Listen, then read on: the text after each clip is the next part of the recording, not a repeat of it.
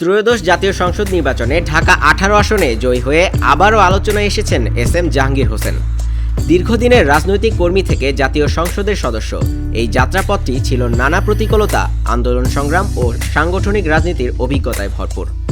রাজধানীর উত্তরা, তুরাগ, খিলক্ষেত, উত্তরখান ও দক্ষিণখান ঘেরা এই গুরুত্বপূর্ণ আসনে তার জয়কে শুধু একটি নির্বাচনী সাফল্য হিসেবে নয়, বরং ধারাবাহিক রাজনৈতিক উপস্থিতি ও তৃণমূল ভিত্তিক সংযোগের স্বীকৃতি হিসাবেও দেখা হচ্ছে।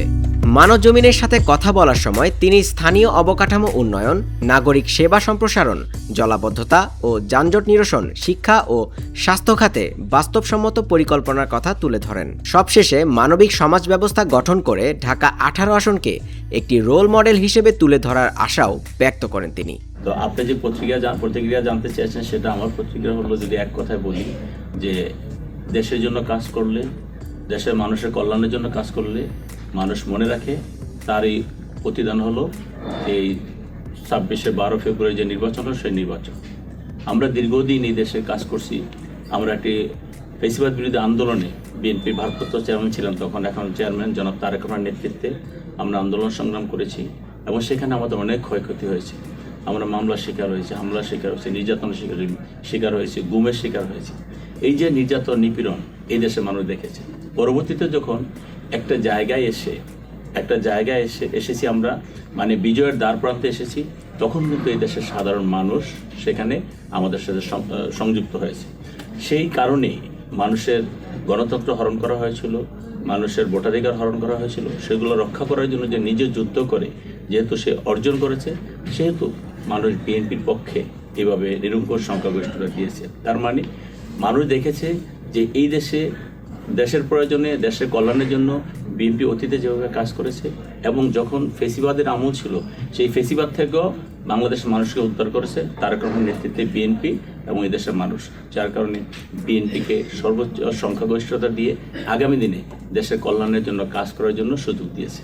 আমি ঢাকা ১৮ আসনের জনগণের ভোটে আমি নির্বাচিত হয়েছি। সেখানে হয়তো আমি ১,৪৪,৭১৫ ভোট পেয়েছি, অর্থাৎ ১,৪৫,০০০ ভোট পেয়েছি।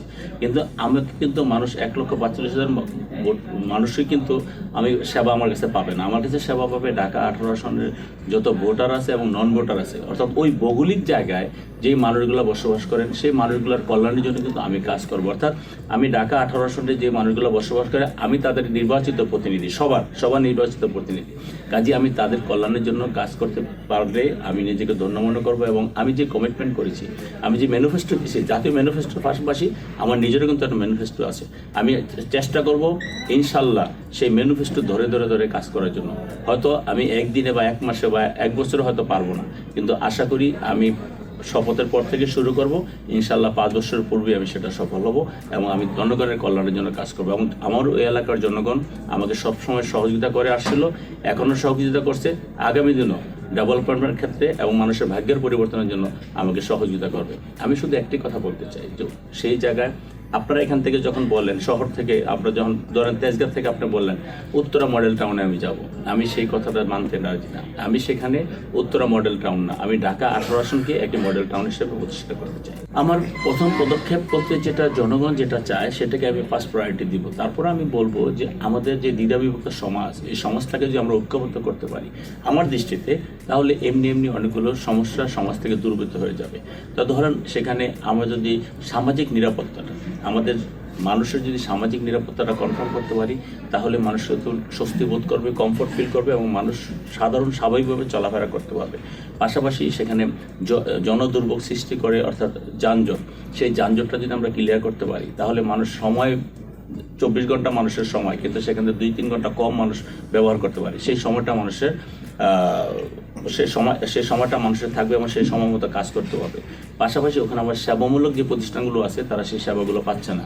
ধরেন গ্যাসের বিল দিচ্ছে, গ্যাস পাচ্ছে না, পানির বিল দিচ্ছে, পানি পাচ্ছে না।